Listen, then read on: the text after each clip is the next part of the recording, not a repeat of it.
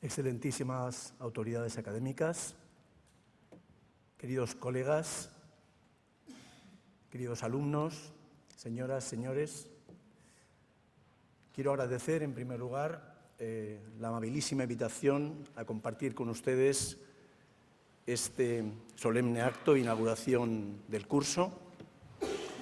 Y como os ha dicho, efectivamente, esta lección inaugural versa sobre el tema, la paradoja de la emancipación. I want it all, I want it all, I want it all, and I want it right now. Ese es el estribillo de una canción conocida del grupo Queen, que dice eso: lo quiero todo, lo quiero todo, lo quiero todo y lo quiero ahora. Esta lección versa sobre una pretensión de plenitud, sobre la pretensión de plenitud que se relaciona con la resistencia a las limitaciones exteriores y con la pretensión de liberación de todas las limitaciones exteriores que nos constriñen. Eso es la emancipación. En la visión medieval del universo, constituía una realidad ordenada y armónica, el cosmos, en la que el ser humano se integraba sin dificultad. La realidad inmanente se consideraba sobre todo el signo inteligible de otra realidad, esta realidad trascendente. El mundo, y con él el hombre, tenía un significado, una teleología, en fin, que era necesario ir comprendiendo. Ante la naturaleza, que se concebía en buena medida como lenguaje, la actitud que correspondía era la interpretativa, la propia de un lector que busca sentido. Si nos fijamos en las imágenes del arte románico, veremos cómo es esa la idea. El arte románico no pretende imitar la naturaleza, pretende descubrir el sentido de esta de una forma incluso mejor que la propia naturaleza. Sin embargo, la modernidad asumió una perspectiva distinta de la realidad. El antropocentrismo, característico de esta, trajo consigo lo que Max Weber denominó la desmitificación del mundo. El mundo ya no se consideró más como el signo de una realidad trascendente, un signo portador de un significado comprensible, sino que pasó a ser fundamentalmente objeto de experiencia. El sujeto de la modernidad dejó de verse como integrante de un todo cósmico, que a su vez fuera expresión de un sentido y de un fin. Creía que era el centro del universo, él. Lo que pasa es que una naturaleza desprovista de sentido y hostil parecía desmentirlo constantemente.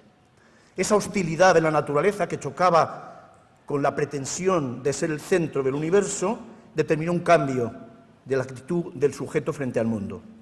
Esa actitud pasó de ser la de la comprensión de una realidad a la de la explicación física. Y sobre la explicación física, se sentaron las bases de la pretensión de dominio de la realidad, de dominio del universo. ¿Cómo tuvo lugar esto? Tuvo lugar mediante la fragmentación de la realidad natural en un conjunto de objetos de conocimiento científico, empírico, y de transformación de estos objetos mediante la técnica. Con el paso del tiempo, ciertamente, la naturaleza perdió su carácter de entorno extraño y peligroso. Se convirtió en algo cada vez más previsible, explicable y sobre todo susceptible de ser ilimitadamente instrumentalizado en beneficio propio. A ese proceso se le llamó y lo seguimos llamando progreso. Sin embargo, 3 siglos después podía advertirse que eso había traído consigo, entre otros efectos colaterales, la progresiva reducción de los recursos naturales, la degradación del entorno e incluso un riesgo relevante de autodestrucción. Claro, a estas alturas todo esto parece obvio. Llevamos décadas hablando de la destrucción de la capa de ozono, del calentamiento global. Parece que el resultado del proceso emancipatorio del ser humano con respecto a la naturaleza se valora, en buena medida al menos, como un fracaso histórico. Ahora bien, esto fue una parte de todo.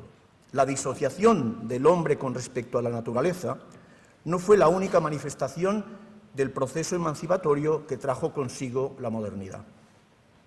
Hasta entonces, en las sociedades humanas se habían tejido fuertes vínculos interpersonales, dando lugar a los denominados cuerpos intermedios.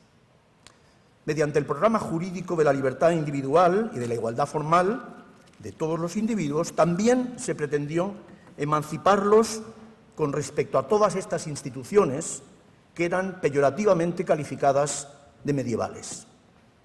Se trataba de que el único ámbito de reconocimiento recíproco entre los individuos fuera el Estado. Los cuerpos intermedios se contemplaban, en aquella época, como restricciones de una libertad individual siempre entendida como libertad negativa, ausencia de injerencias, en el desarrollo de una única faceta de libertad positiva, la de trabajo, producción y consumo. Sin embargo, se había perdido de vista hasta qué punto estas instituciones, estos cuerpos intermedios, constituían expresiones de otra faceta, la decisiva, la libertad positiva de compromiso interpersonal y su naturaleza asimismo de cauces institucionalizados de reconocimiento recíproco. Por otro lado, todos estos espacios libres de comunidad que produjo la ideología de la desvinculación fueron, con el tiempo, llenados por el Estado. En los casos límite, ello dio lugar a los totalitarismos, siempre al intervencionismo y al control del Estado sobre espacios del mundo de la vida. Estos, sin embargo, deberían configurarse de un modo libre de cualquier injerencia del Estado que no fuera la de fomento. En efecto, depositar todo el poder, primero liberador, luego securitario y, en fin, prestacional, en el Estado, no hace sino sentar las bases del Estado intervencionista, el Estado providencia, el Estado padre, que lógicamente reclama para sí el control total de los individuos. Sin embargo, el programa emancipatorio, que se sitúa en este momento a inicios del siglo XX, no se detuvo en el siglo XX. Al contrario. A lo largo del siglo pasado, se afrontó la emancipación individual con respecto al primer marco del reconocimiento recíproco, la familia. Esta fue sometida a una deconstrucción institucional y reconstruida en términos de relaciones de poder, del marido sobre la mujer, de los padres sobre los hijos. Presentaba a la familia como un obstáculo a la emancipación, se dibujaron modelos de convivencia alternativos. Así, el matrimonio con hijos se ha ido desdibujando hasta presentarse como solo una forma más de organización de la propia esfera de libertad sentimental. En el programa emancipatorio, las diversas funciones de ordenación y de protección social que cumplen el matrimonio y la familia pasan a verse como algo secundario e incluso prescindible. Por lo demás, la ideología de la emancipación del matrimonio pone de manifiesto un aspecto adicional que trasciende a la institución familiar. El criterio rector de la emancipación es el sentimiento. Sin embargo, como estado emocional, el sentimiento es, por definición, pasajero. Pues bien, en una moral de las emociones, el sentimiento presente determina la irresponsabilidad por la ruptura de cualquier vínculo surgido en virtud de un sentimiento pasado. Todo esto permite dudar sobre el efecto liberador de la combinación de progreso técnico, emancipación con respecto a la naturaleza, y elección racioemocional. Pero para verlo con más claridad, procede examinar otra de las líneas de desarrollo de las pretensiones emancipatorias surgidas en la segunda mitad del siglo XX. A finales, la mitad del siglo XX, con el último tercio de este siglo, el creciente descrédito de la ideología del dominio de la naturaleza, que dio lugar al movimiento ecologista, se hizo extrañamente compatible con el entusiasmo por el dominio de la vida. No al dominio de la naturaleza, sí al dominio de la vida. El objeto paradigmático de la permanente pretensión de dominio propia de la modernidad, ya no se situó en el mundo exterior, sino en el propio ser humano. La idea rectora inicial fue la de control de la natalidad, pero parece claro que ésta, más allá de dejar traslucir la pretensión de dominio sobre la filiación, tuvo fases muy distintas. Estas han sido tres. En primer lugar, la contracepción y, en particular, la esterilización como forma específica de aquella. En segundo lugar, el aborto como cuestión de salud pública, es decir, la gestación no deseada como patología. Y tres, la fecundación in vitro, el hijo como producto que a su vez muestra tres dimensiones: el tratamiento de la infertilidad, la obtención de descendencia sin enfermedades de transmisión hereditaria y la selección embrionaria con base en criterios no estrictamente sanitarios. La contracepción expresaba una voluntad de dominio negativo, la pretensión de emancipación de una hipotética filiación, en todo caso no deseada, mediante la evitación de la concepción misma. La idea de dominio se manifestaba con claridad en la expresión utilizada inicialmente para designarla: planificación familiar, en inglés todavía hoy Planned Parenthood. Esta fase del proceso de emancipación podría reputarse aparentemente inocua. Sin embargo, introdujo una dimensión técnica en la relación de filiación y con ello la abrió además a la intervención de terceros. Ello permitió asociar las nociones de hijo y de daño indemnizable.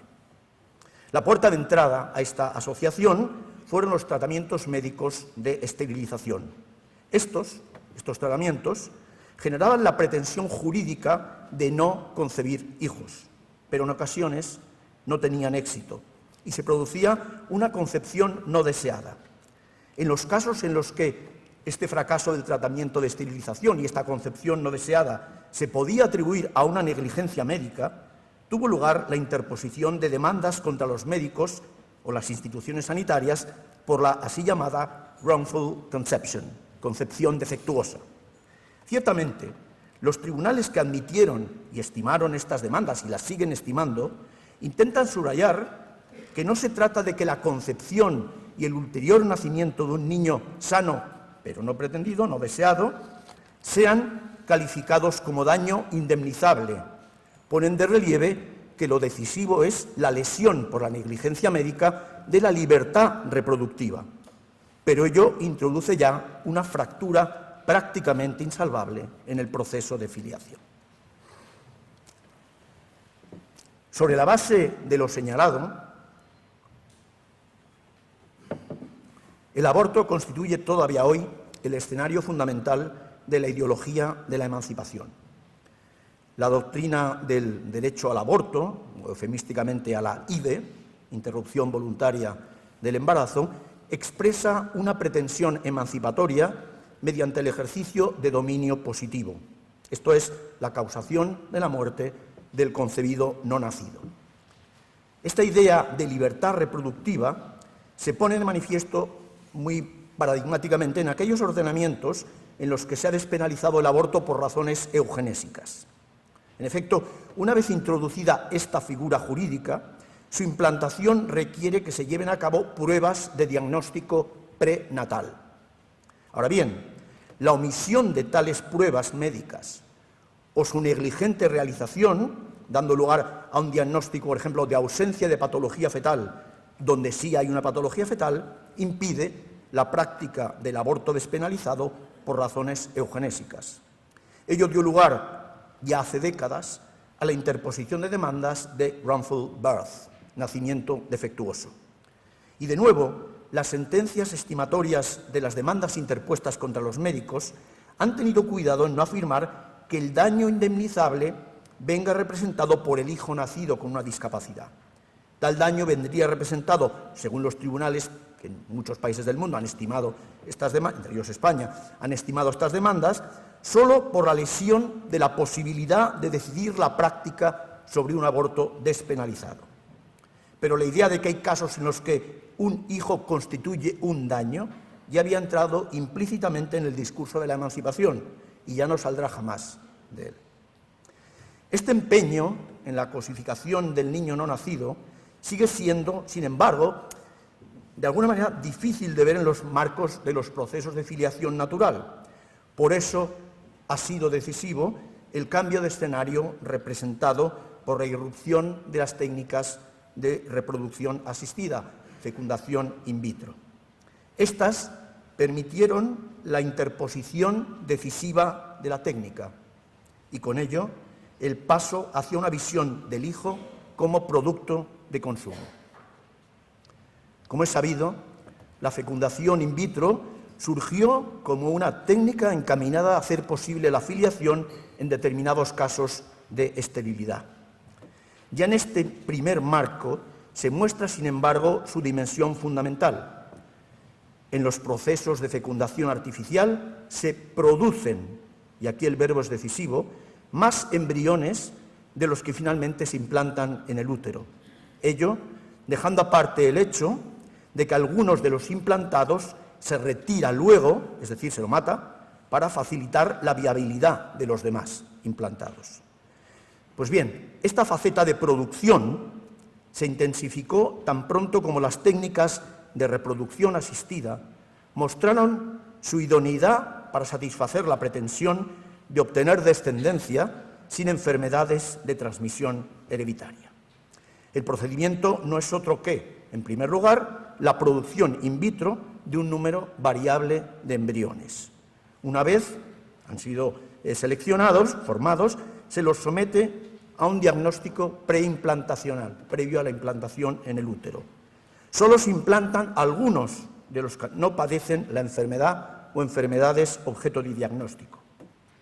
Como se puede ver, un efecto general de la técnica de reproducción asistida es la existencia de embriones producidos y no utilizados que se congelan.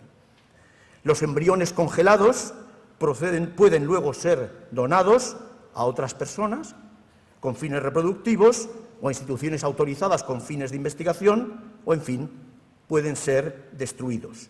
Los detalles dependen de las legislaciones nacionales. Pero en todo caso, el proceso de fecundación in vitro determina que allí donde solo había derecho de familia, surja un derecho de propiedad de los progenitores. El hijo experimenta el tránsito de la condición de sujeto del derecho de familia a la condición de objeto de derechos reales. A partir de la asunción de esa condición de objeto, se hace posible la transmisión de la propiedad sobre él a terceros. Esta dimensión de fabricación, muy propia de la ideología de la emancipación, resulta llamativamente paralela a la transformación, hace 4 siglos, del mundo natural mediante la técnica, la primera modernidad. En esta segunda modernidad, esa fabricación, esa selección, no solo tiene lugar para excluir embriones con enfermedades hereditarias, también se lleva a cabo para excluir niñas o excluir niños, o para implantar precisamente el embrión o embriones que tiene una determinada enfermedad, si es que los progenitores desean únicamente tener un hijo que padezca una determinada enfermedad, la misma que ellos, por ejemplo. En su realidad actual, se trata de combinar gametos con el fin de obtener el producto deseado según parámetros físicos y psíquicos. Hace ya años que para aludir a las posibilidades de la reproducción asistida se utiliza la expresión de supermercado genético. Pero claro, esta expresión se refiere obviamente a la selección de las características de los hijos.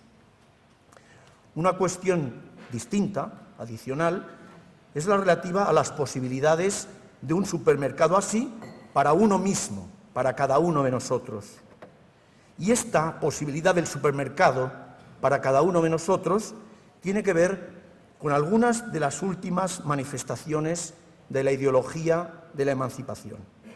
En concreto, guarda relación con aquella dimensión que trae causa del hecho de que, de modo creciente, el propio cuerpo, es decir, no la naturaleza exterior, sino el propio cuerpo, se percibe más que como una oportunidad, como una limitación. Ello manifiesta un yo que contempla en la propia naturaleza, a la que le es inherente la corporeidad, la naturaleza humana, la misma resistencia insoportable al dominio individual que durante siglos se observó en la naturaleza exterior.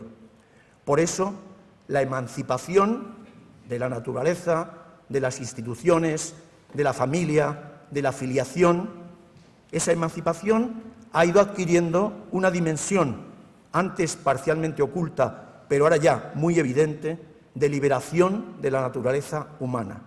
Esto es el transhumanismo o el posthumanismo. En lo que hace a la liberación de los límites corporales, ello puede advertirse a propósito de los casos de divergencia entre el sexo genital y hormonal, por un lado, y el sexo cerebral, por otro. En ellos, la cirugía transexual es concebida como un medio de liberación, pero también como una prestación de salud pública, lo que es en España. Pero el fenómeno de la liberación de la biología se advierte con mayor intensidad todavía que en la cirugía transexual en la ideología de género y en su pretensión de institucionalizar una pluralidad ilimitada de identidades de género asociadas a la opción individual, obviamente variable en el tiempo y desvinculadas del cuerpo. En la actualidad, la alianza de la ideología de la emancipación y del culto al progreso tiene su expresión más clara en la bioingeniería y en la biotecnología. El horizonte de la liberación se sitúa en la superación de las limitaciones del cuerpo y en la conversión del ser humano en un cyborg, es decir, un organismo cibernético o medio cibernético. Ahora bien, el problema, en este caso, no es un problema únicamente del cuerpo, sino también de la mente. Para afrontar ya no solo las limitaciones corporales, sino también las mentales, en definitiva, para afrontar las limitaciones de la inteligencia, disponemos ya de la oferta de la nanotecnología combinada con la inteligencia artificial. Estas pueden incrementar sin límite la capacidad individual de manejo y de procesamiento de datos. Pero de nuevo no es solo la faceta cognitiva de la inteligencia. Para soltar el lastre de las emociones pasadas y aún presentes, cabe recurrir a las técnicas de borrado emocional e incluso cognitivo de los recuerdos. Y obviamente a la implantación de recuerdos o experiencias irreales, esto es, no acontecidas de verdad. Con ello, la plena autogestión técnica de lo mental y de lo físico en un entorno a sí mismo autogestionado por medios técnicos está cerca de conseguirse. El modelo de la emancipación final es una autoproducción individual en espiral, en la que el producto de cada fase asume el protagonismo de la fase siguiente. Ahora bien, de este modo, el yo, en proceso de su definitiva emancipación, es cada vez menos yo, hasta llegar finalmente al no yo. Su plena liberación constituye simultáneamente la máxima negación de su libertad. En otras palabras, el yo emancipado, llegado al límite de su despersonalización, se autodestruye. Se autodestruye en un sentido no metafórico, sino literal. El ser emancipado es, en última instancia, un no ser. Muchas gracias.